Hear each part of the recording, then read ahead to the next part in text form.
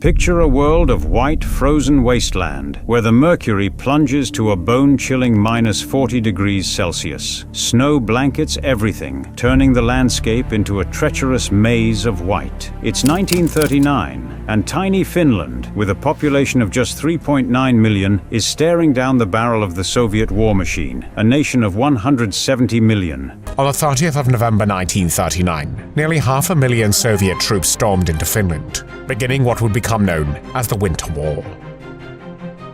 Simultaneously, the Soviet Air Force bombed Helsinki, killing about 100 citizens and destroying more than 50 buildings.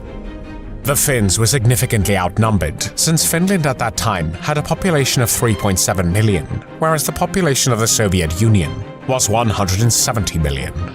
Amidst this, David and Goliath's struggle emerged an unlikely hero, a humble farmer turned deadly sniper. His tally? Over 500 confirmed kills in less than 100 days.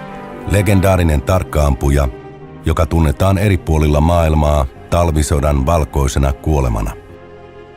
Hänen tarkka-ampujalistallaan on yli 500 kaatunutta vihollista. To put that in perspective, during the Vietnam War, it took an average of 25,000 rounds to achieve a single combat kill. Who was this phantom marksman that struck terror into the hearts of Soviet soldiers? How did he manage to outfox an entire army, armed with nothing but a rifle without a telescopic sight? And what drove him to such extraordinary feats in defense of his homeland? This is the story of Simo Häyhä, the White Death, a tale of unparalleled skill, unwavering determination, and the power of one man to change the course of history. With 21 divisions totaling 450,000 men, the Soviet Union invades its Nordic neighbor, as Stalin's regime perceives Finland as a threat due to its proximity to Leningrad.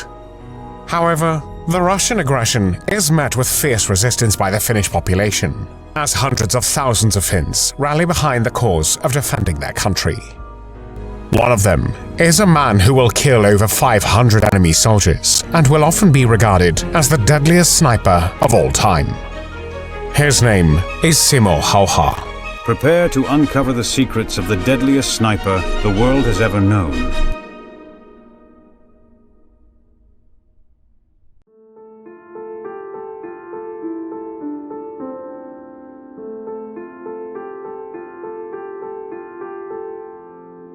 Simo Häyhä's story begins in the quiet hamlet of Kiiskinen, part of Rautjärvi municipality in southern Finland. Born on December 17, 1905, Simo was the seventh of 8 children in a Lutheran farming family. Born on December 17, 1905 in the small municipality of Rautjärvi, southeastern Finland. Peers described him as a friendly, mild-mannered, introverted man who kept to himself and to his daily work as a farmhand.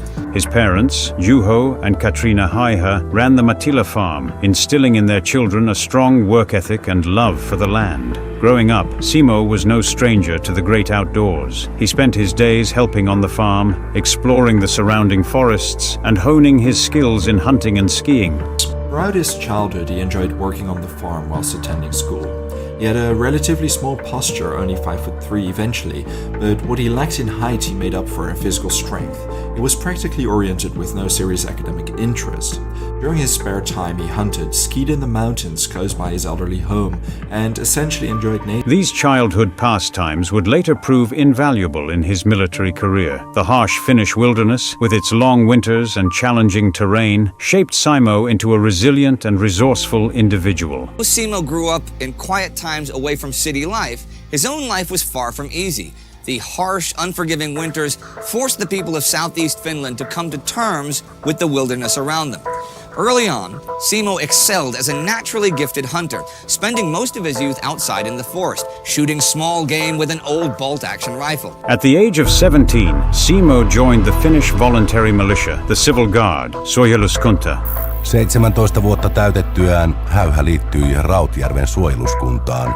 This organization, formed after Finland declared independence in 1917, played a crucial role in preparing young men like Simo for potential military service. This was the suojeluskunta, a service for young men that dated back to Finland's declaration of independence in 1917 and the Civil War the following year.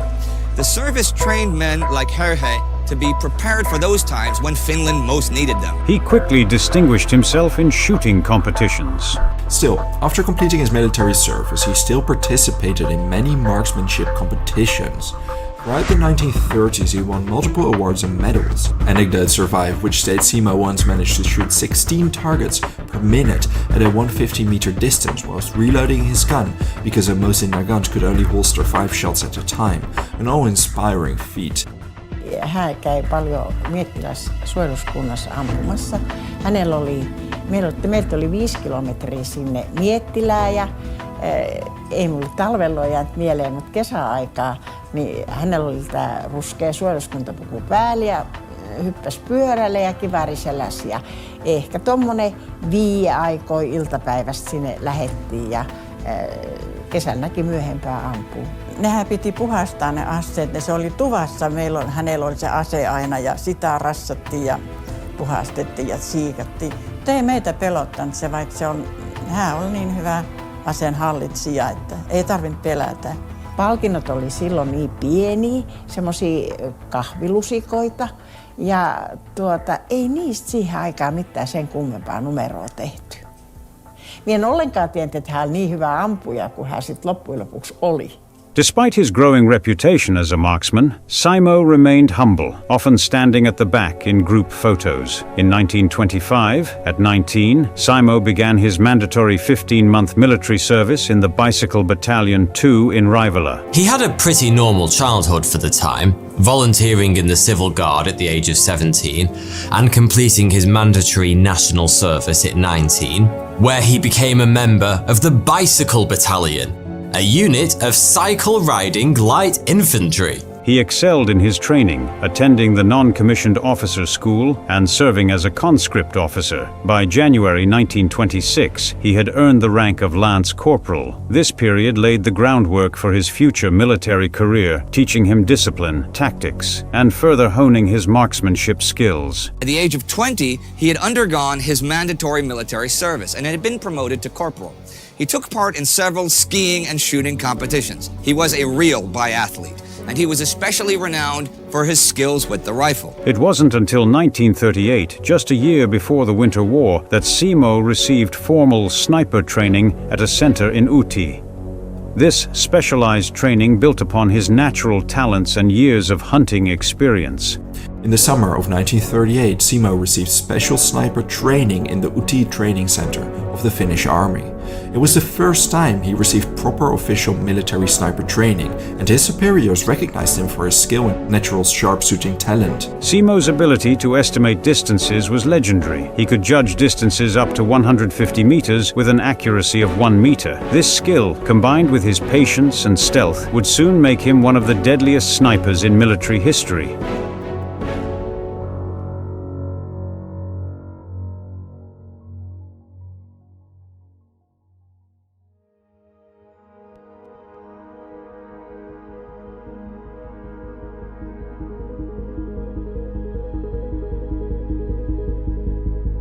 The Second World War started on the 1st of September 1939 with a German invasion of Poland.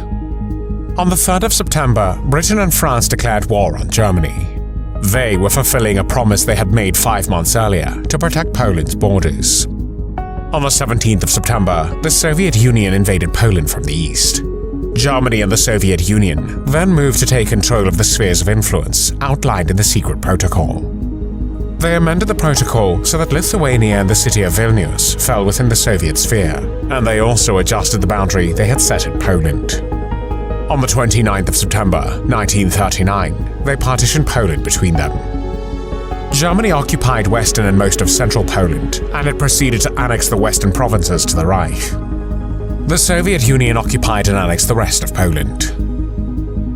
The German-Soviet Pact also enabled the Soviet Union to annex other territories in its sphere of influence, and Stalin focused his attention on Finland. On November 30th, 1939, the geopolitical landscape of Northern Europe changed dramatically as the Soviet Union declared war on Finland, marking the beginning of the Winter War. Simo Häyhä, now 33, answered the call to defend his homeland. The odds were staggering. Finland's population of just 3.9 million faced off against against the Soviet Union's 170 million. On the 30th of November 1939, nearly 500,000 Soviet troops stormed into Finland, beginning what would become known as the Winter War. Simultaneously, the Soviet Air Force bombed Helsinki, killing about 100 citizens and destroying more than 50 buildings. The Finns were significantly outnumbered, since Finland at that time had a population of 3.7 million, whereas the population of the Soviet Union was 170 million. Moreover, the Soviet Union outnumbered Finland in planes by 30 to 1 and tanks by 200 to 1. It was truly a David versus Goliath scenario. Assigned to the 6th Company of Infantry Regiment 34 under Lieutenant Arne Juutilainen, Simo found himself in the thick of the action at the Battle of Kola. He joined the 34th Infantry Regiment in the Kola region north of Lake Ladoga. Häyhä palveli Kollaan rintamalla kiistellyn komppanian päällikön Arne Juutilaisen, lempinimeltään Marokon kauhu alaisuudessa. Juutilainen oli kuullut Häyhän hyvästä ampumataidosta.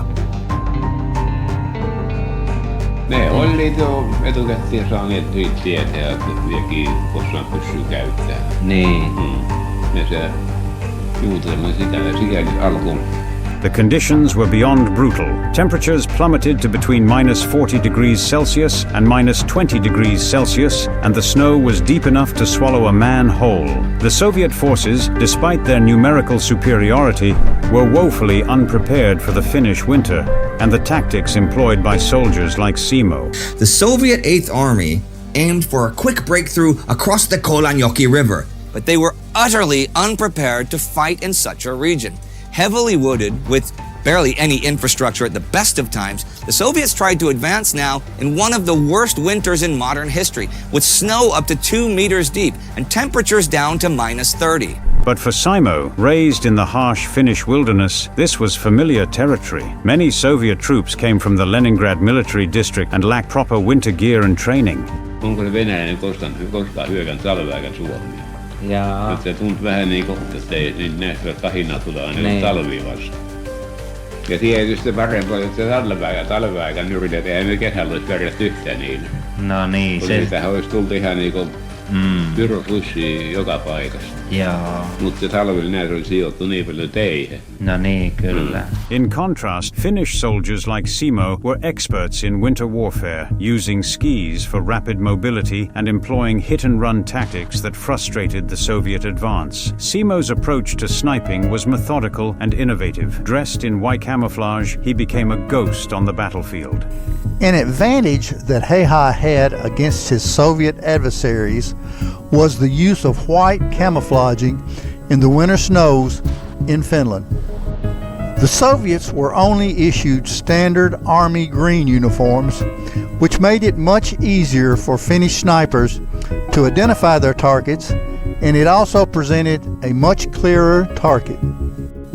Add to that the fact the boys from Finland were almost universally excellent skiers, and you have many advantages accrued to the homeland defenders. He'd spend hours, sometimes days, in his carefully chosen positions. His methods were simple but effective. He'd pack snow in front of him to conceal his outline and even keep snow in his mouth to hide his breath in the freezing air. These techniques made him virtually invisible to the enemy.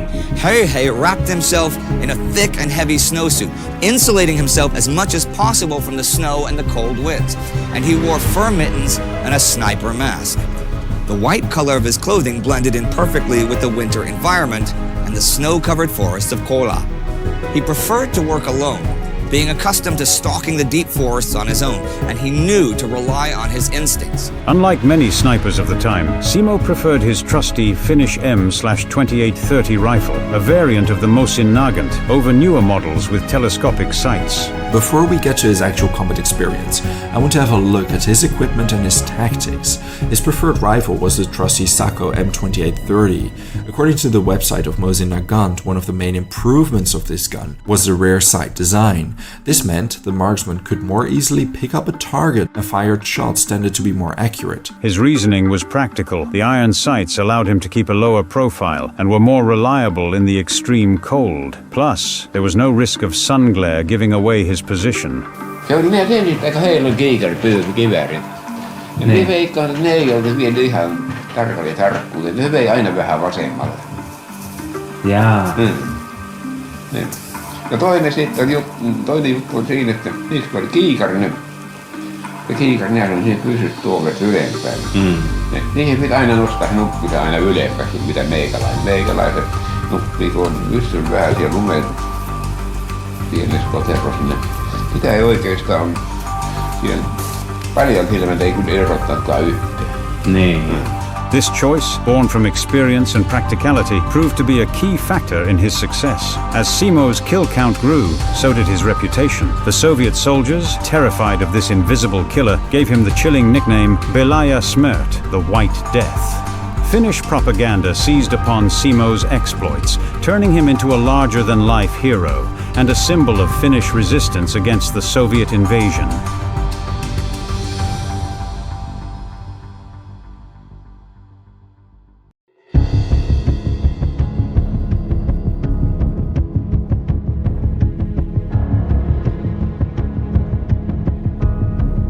Simo Häyhä's achievements during the Winter War are the stuff of legend, setting records that remain unbroken to this day. In less than 100 days of combat, he racked up an astonishing number of confirmed kills. Simo Häyhä is credited with being the most deadly sniper in the history of war. The most fascinating aspect of his story is the fact that his amazing feats took place not in a long, protracted war, but rather in a short but deadly conflict, the Winter War, which lasted just under 100 days. While the exact count varies depending on the source, it's generally accepted to be over 500, an average of 5 per day. To put this into perspective, during the Vietnam War, it took an average of 25,000 rounds to achieve one combat kill. Simo's efficiency was on another level entirely. His most impressive day came on December 21st, 1939, when he took down 25 enemy soldiers. And Häyhä is believed to have not missed his target very often. In his short time at the front, his kill tally would rise to unprecedented levels.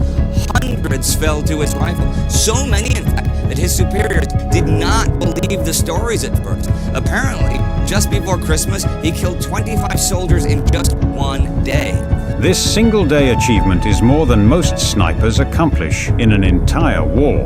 By December 22nd, 1939, just 22 days into the conflict, Simo had already accumulated 138 confirmed sniper kills. His tally continued to grow at an astonishing rate. By January 26th, 1940, he had reached 199 confirmed kills, and by February 17th, the count stood at 219. But Simo wasn't just about the numbers. His skill and dedication inspired his fellow soldiers and struck fear into the hearts of the enemy. The Soviets tried everything to take him out. They sent counter-snipers, many of whom fell to Simo's superior skill. They launched artillery barrages, hoping to catch him in the blast radius. They even ordered an airstrike on his suspected position. Nothing worked. As a sniper, acting often alone beyond the front lines, Häyhä had to be careful and often forfeited obvious targets if they would endanger his position.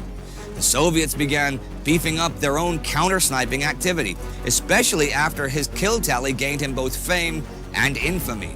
If they suspected him of being somewhere, they would order artillery strikes in his general direction in the hope of finally neutralizing him. There's even the story that a Soviet commander asked to be sent a famous Soviet sniper to eliminate Häyhä. After that sniper had killed several Finnish soldiers and officers, he waited for Simo to react and eventually show himself. Waited, and as the sun went down, he decided to call it a day and was about to get up. That was when Simo Häyhä shot him right through the head.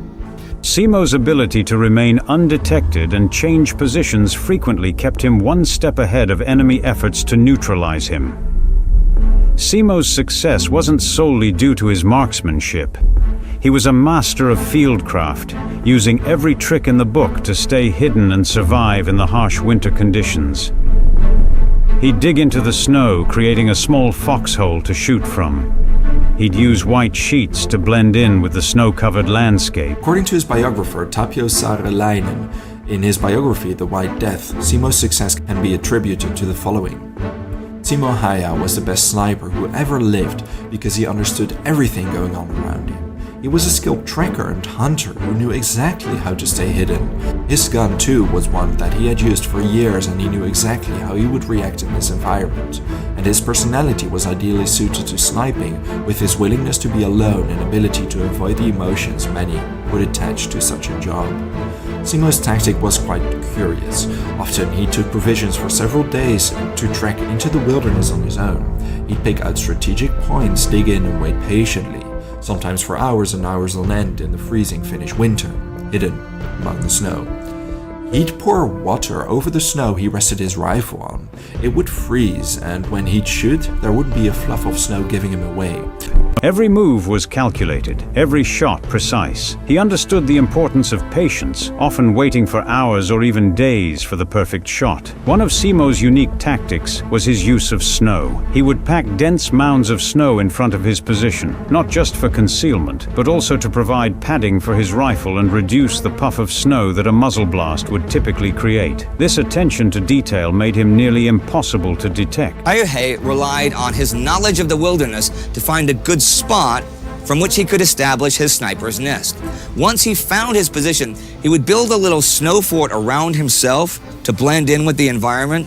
He placed his rifle on a snowbank that both stabilized his aim and prevented any snow from being thrown up by the recoil, and waited for the enemy to march into his killing field.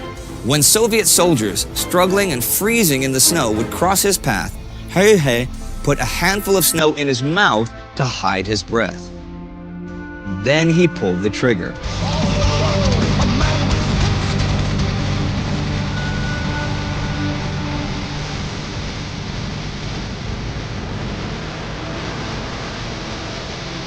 It is said that during his training in the army, he was able to hit a target 150 meters away up to 16 times a minute. Despite his growing fame, Simo remained humble. He saw himself as just another soldier doing his duty. When asked about his incredible achievements, he'd simply say he was doing what he was told as well as he could. This modesty, combined with his extraordinary skill, made Simo a true soldier's soldier, respected by his peers and feared by his enemies.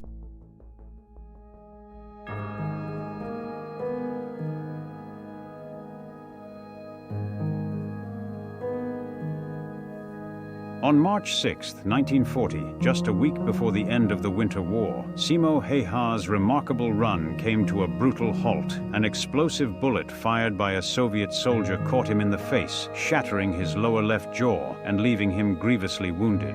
On March 5th, 1940, Simo Häyhä's war duty came to an end as he was seriously injured when an enemy explosive bullet hit him in the lower jaw. No sehän oli ihan tavallaan rehellinen tappelu. Jaa. Kumpanikin paukutteli niin paljon kuin kerrasi.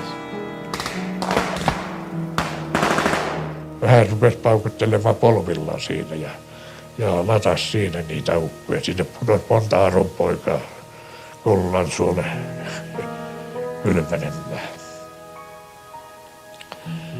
Ja kato Häyhä otti monta ukkoa sieltä ja viimein päsähti, kato, alaleukaa Häyhälle, Simolle.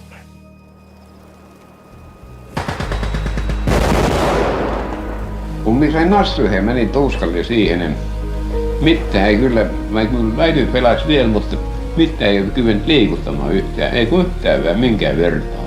Ensittain ne meillä panna minut selälle ahkioon. Nee. Eihän siinä selälle olisi monta minuuttia, oliko siinä olisi hukkunut. Nee, kyllä. Mutta sitten kun tuo käännyt mahalle, niin siinä näys. Ei mitään, kun niille tuonne, ei mennyt tuonne keuhkoihin. Mitä niitä tuli valuu kalas lattialle. Nee. Ja ahkioon. Nee. Haavoittumisen jälkeen suomalaisten joukkojen keskuuteen levisi huhu, että Häyhä oli kuollut.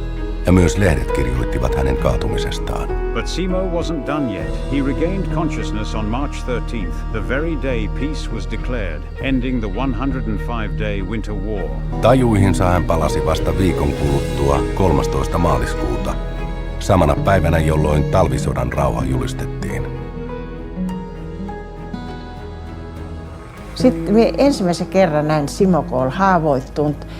Tuli sieltä Simolta sit kirje, että hän on Jyväskylässä ja poske on haavoittunut. Me tultiin koulusta ja hän oli siinä miehiä kanssa pihalla ja kerta kaikkiaan kauhistuin, että tämä toinen poski oli ihan tarkkaan niin kuin pois ja hän oli laihtunut ja oli sitten vähän aikaa siellä ja sitten taas mennä sinne Kinkomaalle takaisin. In a twist of fate that speaks to his resilience, Simo read about his own death in a newspaper and promptly sent a letter to correct the mistake. This incident became part of the Simo Häyhä legend, highlighting his toughness and will to survive. Recovery was a long and painful process for Simo. He underwent 26 surgical operations to reconstruct his shattered jaw, procedures that left him with visible scars for the rest of his life. Despite the severity of his injuries, Simo's fighting spirit remained unbroken. When the continuation war broke out in 1941, he requested to return to the front lines. However, due to his injuries and the lingering effects of his wounds, his request was denied. Simo had to recuperate for several years because of his severe injuries. He wanted to serve in the continuation war against the Soviet Union, lasting from June 1941 to September 1944, but was refused due to his injuries and recuperation. It took 26 surgeries, but he recovered and lived for many decades after the war. After the war, Simo returned to civilian life, settling in Rokolahti near the Russian border. His family's original farm was now in Soviet-controlled territory, forcing him to start anew. He lived a quiet life, focusing on farming, hunting and dog breeding. He spent his final years in the small village of Rokolahti in southeastern Finland. In an interview, he stated he was a happy and fortunate man.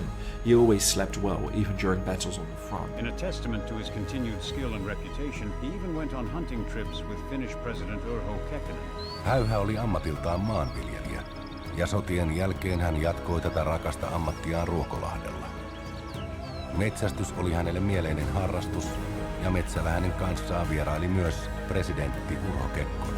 Despite his fame, Simo remained modest about his wartime experiences. He rarely spoke about the war, preferring to live a peaceful life away from the spotlight. When asked in 1998 about how he had become such a good sniper, he gave his famously succinct reply, "Practice." This simple answer encapsulated Simo's approach to life: dedication, hard work, and a focus on doing one's duty to the best of one's ability. Simo Häyhä passed away on April 1st, 2002, at the age of 96. The legendary sniper passed away on April 1st, 2002 at the age of 96. His honorary rifle is still on display in the Military Museum of Finland. He still finds recognition in popular culture. His legacy as one of the greatest snipers in military history lives on.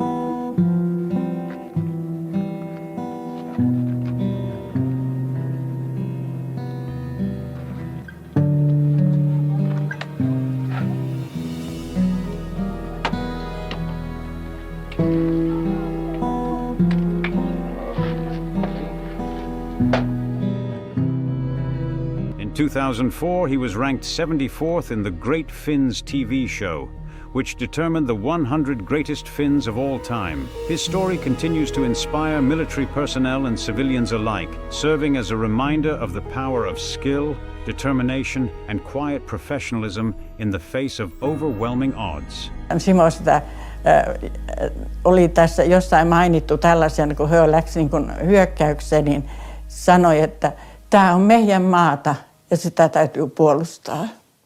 The Kolla and Simo Häyhä Museum, opened in 1983 in the village of Mietilä, Rautjärvi, stands as a testament to his legacy. The museum covers the Battle of Kolla and features a special permanent exhibition dedicated to Simo's life and achievements. Simo Häyhä's story is more than just a tale of military prowess. It's a narrative about a humble man who, when called upon, used his skills to defend his homeland against overwhelming odds. His life after the war, marked by quiet dignity and a return to simple pursuits, serves as a powerful reminder that true heroes often seek no glory for themselves. Simo Häyhä, farmer, hunter, soldier and legend, remains an enduring symbol of Finnish sisu, determination and resilience, and a testament to the impact one individual can have in the face of seemingly insurmountable challenges.